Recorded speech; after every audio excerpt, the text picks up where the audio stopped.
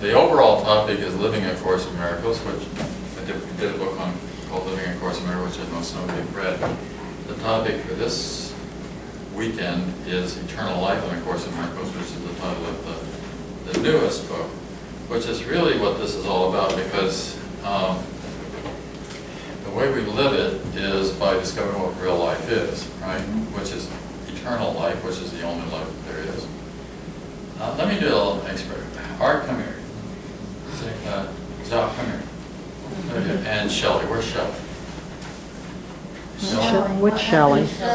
Oh, I was going to say, you, come here. Yeah. I'm Shelley. I figured somebody from your group. You're now part of the group. Okay, so what do you see here? Yeah, but what you're seeing is three bodies, right?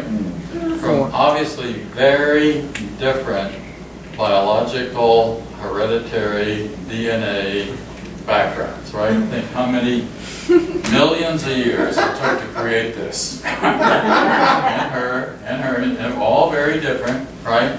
But what you're seeing is just a shell. You can sit back. Good job, guys. Good job, Michelle. That's John's shell game. So I love it when you're reading A Course in Miracles and you come across the line, after you read this line you go, what? So here's a what from the Course. Not for a single instant does the body exist at all. What? Not for a single instant does it exist at all? That's because it's a dream figure. It's a figure in a dream. I know it all seems very real, but when you're dreaming at night and you're having a dream, that what's going on seems very real. I mean, it seems like those events really are occurring. It's very rare that we think about the fact that it's possible. There's something called lucid dreaming. And the Course is actually trying to help us to get to a state of lucid dreaming when we're walking around in this world. A lot of philosophers like Gurdjieff and others have said that most people are sleepwalking. In other words, we're not really awake. You know, we're not. And so what the Course is also about in that sense is about waking up, right? And realizing that you're living within the context of a dream so that you can then really be alive. In other words, you're not dreaming it. So there's a couple of little stories I like to start with because they're good lead-ins to, I'm sure you've heard these, but maybe not everybody has. Sandra went with us on a trip that we did to Costa Rica recently, and I was also in Utica with her. So anyhow, I used to be the pastor of a church in Brooklyn, New York, back in the 1968 to 1978, for 10 years, okay? It was a dying church. Now what I meant by it was a dying church is that when they sent me there to be the pastor, they said, this is a dying church. But that meant it was in a neighborhood where, first of all, the Catholics are coming in this way, the Jewish congregations are coming in this way, and the Protestants are going to the suburbs. But actually, I was there for 10 years. They thought 5 years, but 10 we were still alive. What I meant by that is that I was doing a lot more funerals than I was weddings and baptisms. A lot more. Okay, so it was literally a dying church. So we had this one lady who was a member of the congregation, whose name was Mrs. Bosch. I tell this story in that latest book. And she was a shut-in. In other words, she couldn't make it out to church. She was unable to travel. So I would go visit her. At least once a month or so, I would go to see her. And I'd spend a little bit of time, and I'd say some prayers with her, and I'd serve her communion, etc. She was a major contributor to the church, so the church really wanted me to be there. So I was very happy, actually, to be there. I enjoyed doing that. Her name was Mrs. Bosch. And on several occasions, she had a full-time live-in nurse. And this nurse called me, and she said, look, I think you better get over here. Mrs. Bosch is dying. So I would go, and Mrs. Bosch would not die.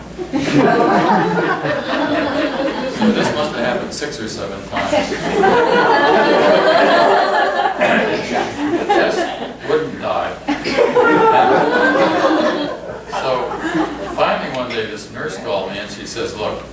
think she really is. So please come over. So I went, and she really was not. And the nurse and I were standing next to her bed. Now, keep in mind, I'm talking about 1972 or 3, somewhere along there. I think the training of nurses, especially hospice-type nurses, is a lot better today than it was back, 40 plus some years ago, right?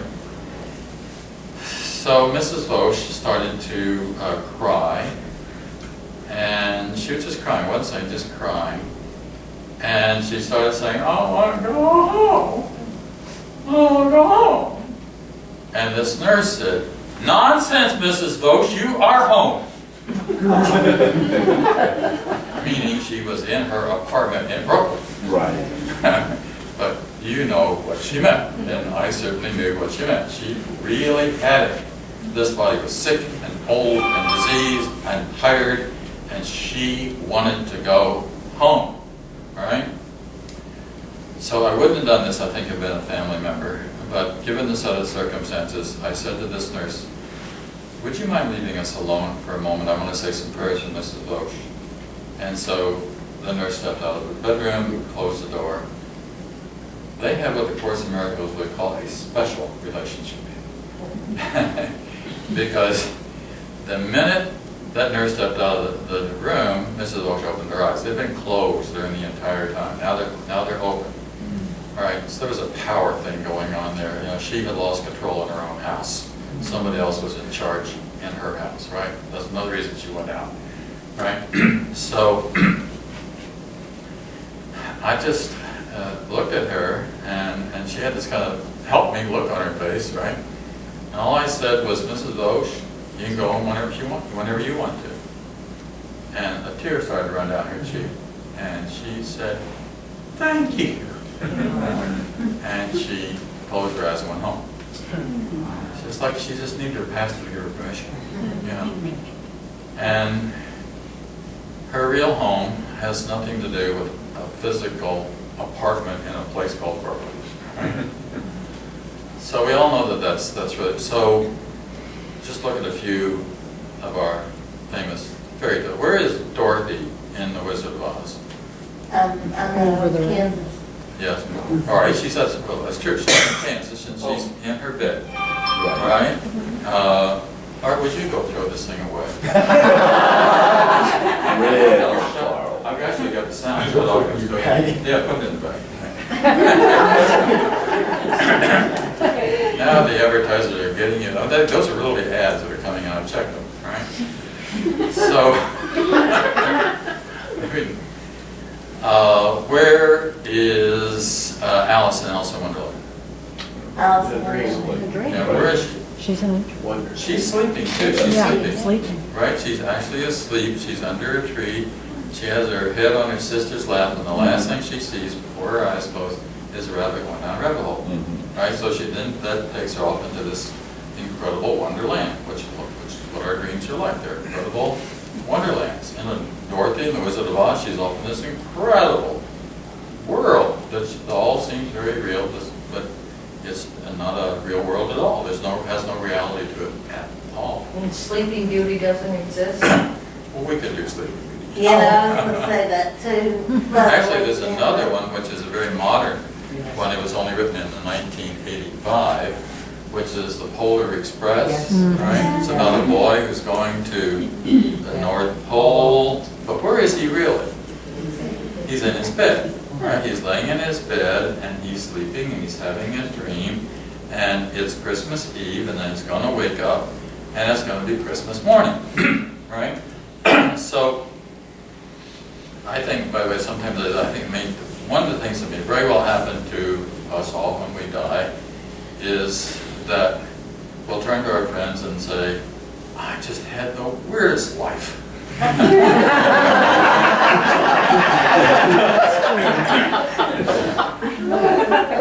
then you will get to tell your story. Although nobody may be interested. Because after all, it was just a dream. And that is exactly what the Course in Miracles says, that we're all And the intention is to wake up. Actually, you should find that what happens as you do the course is you're becoming more and more and more aware. More and more and more aware. As you become more and more and more aware, it's less and less and less likely that you're going to get caught in some silly dream. It's less and less likely you'll get caught in an addiction and some sort of obsessive behavior, some sort of compulsive behavior. Those things just aren't going to happen because you know better than that. You know that that is sleeping. That is actually a way of knocking ourselves out and keeping ourselves going back into sleep again, right? So the idea is not to put ourselves back to sleep or to run away from home, but actually to wake up, to literally come home. Now the good news is that we all are going home. It's just a matter of kind of like the prodigal son story. I love the prodigal son story because it's such a great analogy for what the Course in Miracles. It's the only parable, by the way, that's mentioned in the Course in Miracles of Jesus, right? It's mentioned twice, interestingly enough, right? So we're all prodigal children. We're all prodigal sons and daughters. And the reason for it in part is that we have free will. This is a characteristic of divinity, having free will. So this means that if you want to, you can say, look, God, I'd really like to try to do it myself. And God cannot stop you, right? Because He can't take your free will away from you, right? So we can run off, we can try doing it on our own, but we all know at some point, it's very likely that we'll get to a crash and burn. Or if we don't get to a crash and burn, we'll have some other kind of wake up. I was telling Joe earlier today about I taught a course last fall on mysticism at the Open Center in New York City. And one of my students, who was not a Course in Miracles student, just a student in the class on mysticism, came to me the last day of class and he says, look, can we have a private talk sometime? And I said, sure. And I said, but I live a good hour north of New York City. He says, I'll drive up. I said, okay, if you want to take the time to drive up, we'll have lunch. Okay. So he arrives at my house in a Mercedes-Benz. We go out to lunch and he says, look, I've got it all. I have a beautiful home, I have a beautiful wife, I got 2 great kids, I got a great job, I make a lot of money, I got it all. Something's missing. Something's missing, so, one is you can crash and burn and then kind of, I know some of you tried that one already, right? It's actually a primary way of getting to having a mystical experience. But if you want to have a mystical, don't do it that way. Unless you've already done it that way, in which case don't try to do it again. Once is enough. Right? So another possibility is that another possibility is that you just begin to naturally wake up, which it should have. You begin to see, look, this must be a dream because it can't be real. And right now we have very, very good proof of it called politics. All you got to do is look around and say, this can't be real. This can't really be, but it is, that's the game that seems to, the world that we're all playing, and we're all kind of very interested in the thing, whether hopefully you have a position of being able to stand back and see it for what it is and not get caught up in the dream and not get caught up in the silliness of what's going on. And actually, this isn't the first time this has happened, but we kind of forget, it happened with Andrew Jackson too. Really crazy around him and Theodore Roosevelt, but see, that's so long ago. People forget how insane those times of name calling and that kind of stuff was going on. Now, so the thing is that this course, and by the way, this course, it's really wonderful to see a lot of young folks here, and by that I simply mean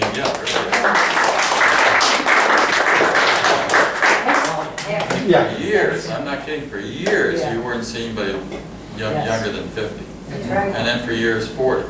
And then all of a sudden we got 20s. This is great, right? Which just shows that we're all waking up. Yes. We're all waking up a little bit faster, a little bit more. One of the ways that we see this being manifest, by the way, is in terms of the death of the church. And I don't know whether you know how rapidly the church is dying, but it is very, very rapid. That's a very simple proof. In 1965, there were 14 million Methodists in the United States. There are now 7 million.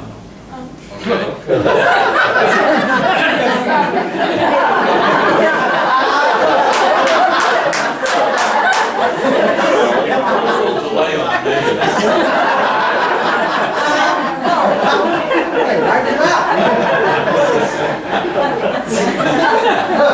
And it's worse on the Presbyterian side. They've been losing 2% per year. The Methodists have been losing 1% per year, right? So it's just the mainline Protestant system is disappearing, largely because people are thinking more. I want to think on their own. They want to reason this thing through. They don't need laws and dogmas and creeds and doctrines and somebody telling them what to do. They want to find out for themselves, and they want a path that makes sense, right? Without a lot of laws and dogmas.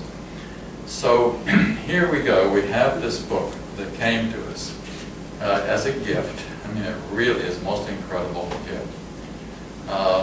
In 1976, I mean, it got published in 76. Some of us had started working with it in 75 in manuscript. But here it is. So I have once said to Ken Wapnick, now Ken was the leading spokesman for the course. There's no doubt about that. And I want to say something later about why I think Ken died. I mean, I have a theory. He died at the age of 71. Surprised the heck out of all of us, including Ken.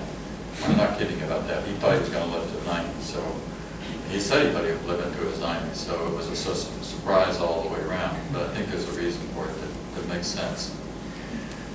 That's actually in keeping with the Course in Miracles. Well, I'll tell you a little bit. I think he completed the course. That's what happened. And he was done. He had completed the atonement. And once you complete it, there's I'll read it now. I was going to do it. There's that book called The Course in Miracles. I thought I had it here a moment ago. Oh, there it is. All right. So, seeing how I started this, let me finish it. So there's a section in the Manual for Teachers called Can God Be Reached Directly? It's on page 64. And it reads like this. Sometimes a teacher of God may have a brief experience of direct union with God. In this world, it's almost impossible that this endure. It can perhaps be won after much devotion and dedication, but this is interesting. I want to back up a second. In this world, it's almost impossible this endure. So I know a number of you have had enlightening experiences. You've had waking up experiences, right? The ability to hold that experience is another matter. One of the nice things about it is you can't forget it. You know, you can't forget that it's happened, right? So it's there, and then what happens is you kind of create a thirst for it. I mean, you want to get back there, but you want to get back there in a really sane, reasonable way that means that you'll be able to hold on to it, right? Extend it. It can perhaps be won. Now we're talking about reaching God directly, right? It can perhaps be won after much devotion and dedication. Now, if there was anybody who was devoted and dedicated, it was Ken. I mean, he was just constantly working the course, constantly doing it. I mean, I'm not going to tell you, I have this YouTube thing you can go watch the eulogy I did for Ken. Just type it in and you'll see. Just to give you a little bit of an idea, I went to see Ken. I met Ken in 75. I was introduced to the Course in Miracles in Ken's apartment on April 20th, 1975 by Helen, who I met in 73. There's no reason to go into that story. But he was my teacher. He was the teacher. I spent time with Helen as well, but Ken was really the teacher of the Course in Miracles. I went to see him once in 1981. He was newly married and living in his wife's house with her parents who were dying. But that was part of why they were there, was to be with them during the latter days, right? And he said, come here, I want to show you something. And he took me to, you've heard of businesses starting in a garage? Yes. He took me to the garage. And in the garage, there were card tables all set around like so, right? With shoe boxes, with index cards in them of the glossary index of the Course in Miracles. This is pre-computerized, right? Oh, right. All right, so he had the entire Course in Miracles indexed on 3x5 cards in shoe boxes, sitting in the garage. Can I ask you a question? Sure. Did He lived in the garage? He lived in the house. The garage was attached to the house. But he spent a lot of time. And Gloria too. Gloria was helping him. His wife was helping him do this. It wasn't, I mean, he was putting the majority of the time on it, but she was also very helpful. Back to reading this paragraph, all right? I'm going to go back to the sentence I was on before. So, it can perhaps be won after much devotion and dedication. So this requires work. I mean, the course really requires devotion and dedication. This is not easy. I mean, it works, but you know, it's a workbook. You know, that means we have to work with this workbook, and it's a textbook of 669 pages, and the ego wasn't made in a day, so it's not going to disappear overnight. So we got to do a lot of work to wake up. It's like a struggle. Remember, there gets this where you're struggling to wake up. You're struggling to wake up. You're struggling. I'll tell you an interesting story. That this just happened back in February. I think it was. I was coming back from Las Vegas to New York from a conference, and I fell asleep in the airplane. And I'm sitting with my hands like this, and but I'm asleep. Now somehow my body got into the dream. By that I mean that we were going through turbulence. So the plane is doing a bit of this. I'm sleeping, but I'm dreaming that I'm driving a car. Now, you cannot drive a car with your eyes closed. I'm dreaming that I'm sleeping and I'm driving a car with my eyes closed. Not only that, my hands are not on the wheel. Because I sensed that they were like this. Very dangerous situation, right? So I realized that what I had to do, how in the world was I going to get out of driving a car with my eyes closed? And I realized what I had to do was I had to wake up. That's what I had to do. That's the only way to get out of here was to wake up. So I just actually forced myself to do this. You think somebody's at the door, or you think something's happening, and or you know, and you just. No! I'm in an airplane. What happened? There's no car. Well, sometimes it's like that, you know. Sometimes it takes a little effort. But you realize that you're dreaming, but it takes a little bit of an effort to get out of this. Nightmare. But you're in a nightmare. Exactly. And you want to get out of the nightmare. And but you can get out of the nightmare. Back to reading this paragraph. I will eventually complete this, I'm sure. I'm starting over again. It can perhaps be won after much devotion and dedication and maintained for much of the time on earth, but this is so rare. It cannot be considered a realistic goal. In other words, enlightenment, right? We're really talking about enlightenment. This is where this is going. This is what makes it tough. This is going all the way home. All the way. We're completing the atonement, which is what I think Ken did. He completed the atonement, went all the way home. I will finish reading this paragraph. But this is so rare, it cannot be considered a realistic goal. If it happens, so be it. If it does not happen, so be it as well. All worldly states must be illusory. All worldly states must be illusory, which is why this body is an illusion. And here's the sentence. If God were reached directly in sustained awareness, the body would not be long maintained. Right? So if we really reached it in sustained awareness, then it would be really hard. You couldn't even move on. Right? Too much power. So, right, that's a good point. Too much power. So I think that's what I think Ken kind of, this is a strange thing to say, I think he burned up. It was powerful, the energy. I mean, he burned up. It's like, I read this book at the time I was writing Eternal Life. That was called Famous Last Words. It was the last words that somebody said and they were famous enough for somebody to write down. You know, you got to be famous enough for somebody to write down the last thing. You know, there'll be somebody sitting there ready to do it. Well, Marquis de Lafayette's last words were, "Life is like an oil lamp. When the oil runs out, zest, that's it." So when the oil runs out, when the energy's gone, that keeps the flame alive, it's over, right? So it burns up, and burns up. Ken contracted cancer. It was interesting. We were supposed to have lunch on August 15th, 2013. And I got a call from his secretary the day before canceling our luncheon appointment, which is sort of interesting because he did exactly the same thing to me in 2011. So I never knew Ken to be sick for a single day in his life.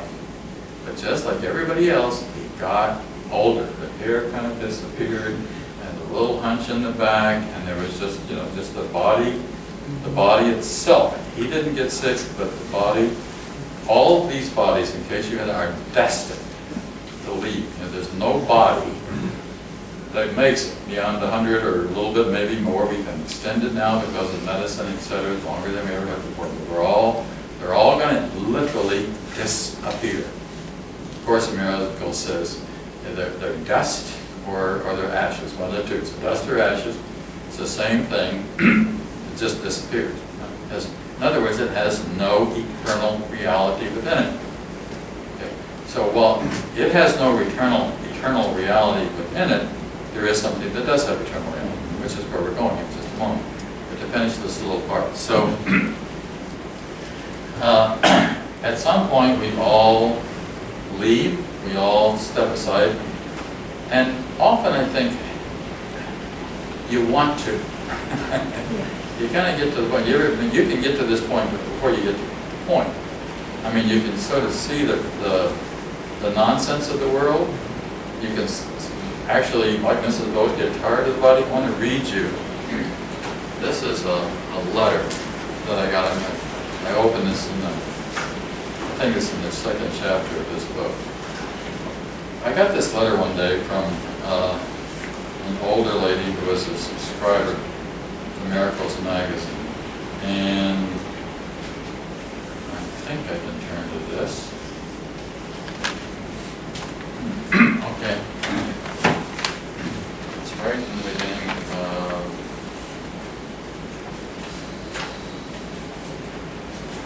that's interesting. You think I would know, wouldn't you? Well, I'll be darned. I've got to make a mark on this page and keep it that way.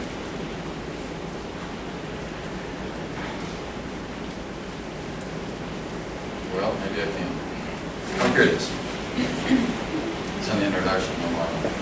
So this is a letter from a subscriber on Springfield. It goes like this. So this is an older lady who's living in a nursing home who writes this letter. Why am I still here? In a body which no longer works well? What purpose does this body serve? I am so filled with arthritis and pain. So many of my friends are now free of their bodies. But here I am, trapped in a wheelchair. I feel like I'm living in a prison. The pain in my spine is dreadful. The body feels like a torture chamber. I hate having to have someone help me in the bathroom.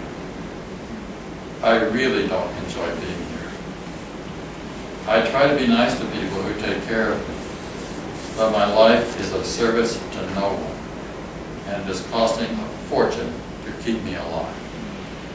Sometimes I feel like Job in the Bible. Enough of forbearance. Why won't Jesus take me home? I want to be done with this nursing home. Why not a funeral home? I want to go all the way home. Right? So you can understand. But a lot of us can sort of feel that even before you get around, to that stage that she finally gotten to really needing to get out of it. Right? So, but the good news is you don't have to die to go home. Because home is not a place. The Course in Miracles is very clear. It says, you do not live here. This is not your real home. This, I'm quoting the Course directly, all right? You don't live here. This is not your real home. That's what makes it a dream. That's what makes the whole thing a story. So the challenge for us then is to get home without having to lose the body in order to go home, right? Which you can do, because home is in the mind. Home is where life is. It's where the mind is. What you are mind. The mind is eternal. Of course, it's very, very clear about it. But the thing about the mind is it doesn't have a form. It's literally formless. This is where it gets difficult. We live within a world of form. When I had friends stand up here a moment ago, these are all form. This is a form, right? But form, there's no reality in form. And of course, it's very clear that the only reality there is actually in formlessness. Well, what's formlessness? Well, love is formless. I mean, it really doesn't have a form. It has different ways of expression, perhaps, but it doesn't actually have a form, per se, right? It's interesting, the definition of God. Every religion in the world says that God is love. No religion that doesn't say that, right? Of Course in Miracles says that. It also says something else. It says God is life. And life does not begin with the birth of above. And life does not end with the death of above. So if life doesn't start with the birth of one, and it doesn't end with the death of one, then life must be something else. It's interesting, we get so tied up in this idea of bodily life, and it's so bad or sad when somebody, we say, loses their life, it's precious and we don't want to lose it. Well, there's some truth to that, but there's also a good deal of truth to the fact that it's not real. The body's not real, right? So we do want to find this exit. And the exit is there. A lot of people get in despair when they think there's no exit. I asked Ken once why he thought we got the course when we did during the latter part of the 20th century. And he said that he didn't know for sure, but there was one thing he was sure, it could not have happened to Dr. Freud. Because it wasn't until Freud that had a real clear ego psychology. So Freud understood the ego very well. He understood how this thing worked. He explained to us in some detail ego defense mechanisms. His daughter Anna Freud went into more detail than he did in terms of explaining how ego defense mechanisms work. They're very strong, these ego defenses, but they keep us blind. They keep us from seeing. That's why we got to drop the defenses. And it's not that you're dropping the defenses of your body. If somebody walks up to you on the street and starts attacking you, do everything you can to stop them. But you believe your body. There's a simple proof that you believe that your body. You're hanging out in one, right? So as long as you're hanging out in one, you're going to believe that it's got some reality to it, even though that's not true. But we understand that. Okay. So at some point, we're all obviously going to let this thing go, and hopefully you're going to do it gladly. I mean, people have had near. If any of you read Neil Mortani's Dying to Be Me, or good, I got 4 or 5 hands on that. How about even Alexander's Group of Heaven? All right, got 3 or 4 hands on that. These are stories, they're true stories, of people within the past few years who've had very profound death experiences, and that they come back and to tell us about it. And they tell us them pretty incredible. One is Dr. Even Alexander, was a neurologist, in some ways a very unlikely person to have this kind of experience that he had. Anita Morjani was an Indian woman who was completely, she was about as down 54 pounds and filled with cancer all through her entire body. And the fact that she had this experience and then came back, she was well within like 5 days of getting back, which was just, in that sense, an incredible miracle. And she thinks it all happened just so she could tell her story.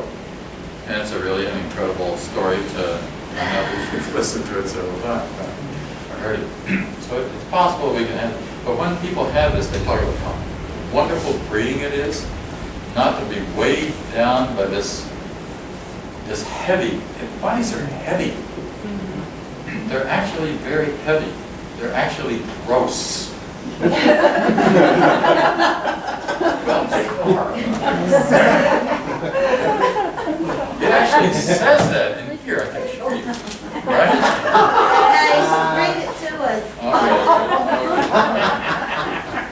I don't need to be reminded. I would like for you to be my doctor. I'm going to read to you where it says it's in the section chapter 16, section that's called Bridge to the Real World. And, okay, that's right. More, 3, 4, 6. It is. Okay. So just this is the course talking about what happens when we die. Okay. Anybody curious? No?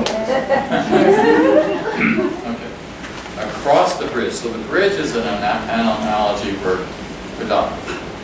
Right? It's also used in the course as an analogy for coming in. So it's coming in and it's going out. Once when I was working as a young preacher, I was in a church that had a window in the back, the very back, that only I could see out of. And you couldn't see out the sides if they were stained glass, right? And you know how when it lightnings, that will then thunder? It was kind of like this. And I saw it lighten, right? And I waited about 5 seconds. And I said, "Do it again, God!" And wham!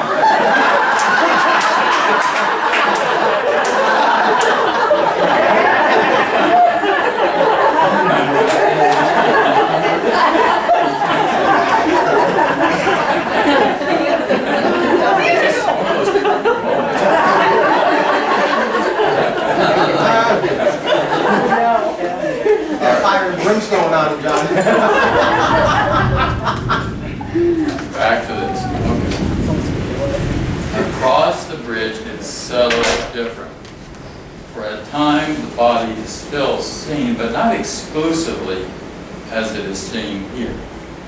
The little spark that holds the great rays within it is also visible. I find a lot of interest in this because the course talks quite a bit about the little spark.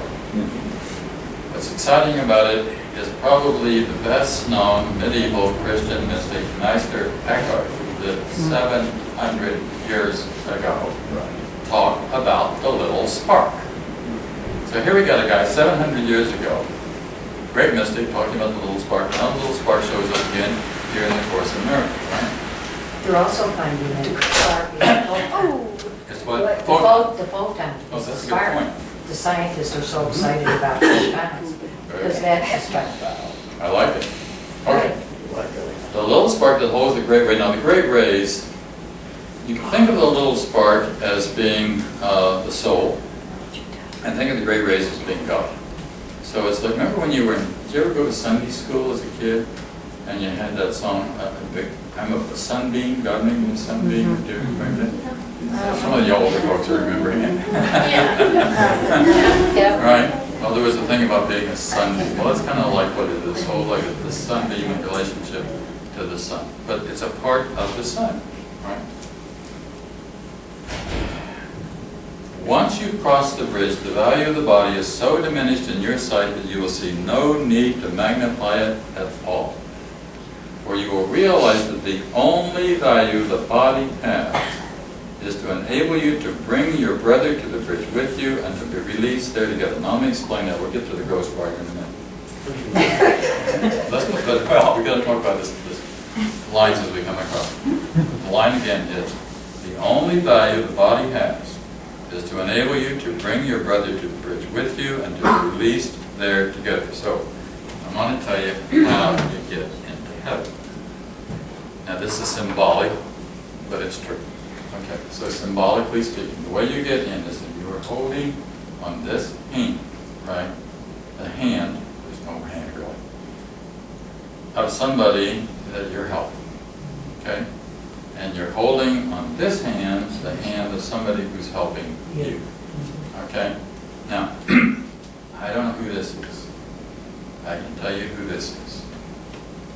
Just think about somebody that you really do not like. So you did that. That's who this is. Because this is the person, this is your helper, because this is where the forgiveness has to occur. Right? And it's not until this forgiveness occurs that you, of course, you will then see clearly. That's like, remember Jesus in the Gospels? I mean, it talks about, why are you so concerned? about a speck that's in somebody else's eye when there's a beam blocking your own vision. First, remove the beam from your own eye, the next slice, and then you will see clearly how to take a speck out of somebody else's eye. So the first step is that we work on the beam, taking that out, and then the rest of it's going to become an easy process for us. So that's what it means. And I've heard more than one of you here already talk about oneness. It's a very important concept. That literally, we are one. You do not get into heaven on your own. It's impossible. You know, there's a line in the Course where it says, divine instruction, that's God, takes joy in sharing. And actually, sharing is our greatest joy. If you you get some good news, right? Some money comes in, good health report, or whatever it is, something nice happens. What's the very first thing you want to do after you get the good news? Share. Yeah, you want to share it, right? You got to call somebody, get on the phone. You know, and the first person you think of is a very important person. So you want to share the good news. Well, God takes joy in sharing with all His children, all of His sons and daughters who wake up and remember Him and come home again. And that there's great rejoicing in heaven when any child of God comes home. Of course there is. Right? Back to reading this. The bridge itself is nothing more than a transition and perspective of reality. Because you're waking up from a dream. On this side, everything you see is grossly distorted and completely out of perspective. So there's the word grossly. Everything you see is grossly distorted. Now I'll share with you a little story about this, which is sort of fun. Back in 2007, I was leading a retreat on a lake. This is true. Except it was in New Hampshire, and it was in the summertime. While I was there, I got bit by a whole lot of mosquitoes. I mean, I just came home. Word. You don't have mosquito bites, you know? I was just covered with mosquito bites, and they got pussy and ugly looking, and I started feeling like I was coming down with the flu. So I went literally to the emergency room of the hospital, and the doctor examined me a little bit and says, "You're coming out with the flu." He says, "There's nothing I can do for you except you're just going to have to live through it. You just have to get through it. Pretty much, that's it. Go home, go to bed. All right? I'm not admitting you to the hospital." So I went home and went to bed. The next morning I wake up, I've got 2 tourists planned, and I really want to be able to complete the final preparations on this. I'm standing in the office. My office is in the home. And my assistant says to me, "What are you doing?" And I said, "I'm sleeping." And she said, "Standing up?" Now, that is the last thing I can remember for actually several weeks. So I'm going to tell you what she and my wife told me happened. Okay. So my assistant called my wife at work and says, "There's something really wrong with your husband. I think you better get home." So she came home and checked my temperature. Said it was 106. They decided to call an ambulance, which they did. And they got 106 too. So I was not in good shape. So they take me to the emergency room of the hospital. Same doctor as the day before. And he says, "Look, he's just got the flu. Take him home." And the ambulance attendant says, "No, there's something really wrong with this guy. This is not just the flu." Right? So while they're deciding whether to admit me or not, I have a grand mal seizure and go into a coma. At which point they decided to admit me.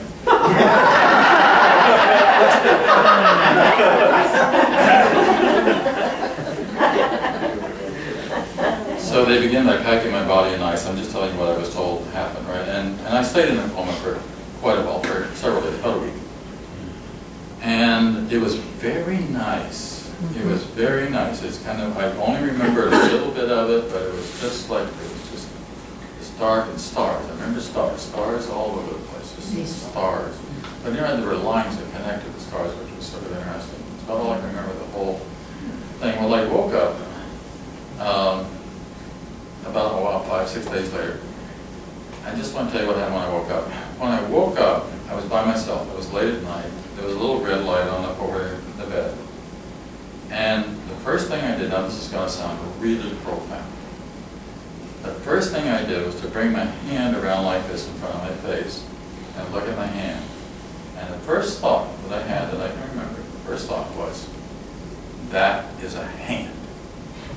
I told you it's going to be profound, right? Well, it was. And I can't tell you how incredibly profound that thought was. And then came the thought,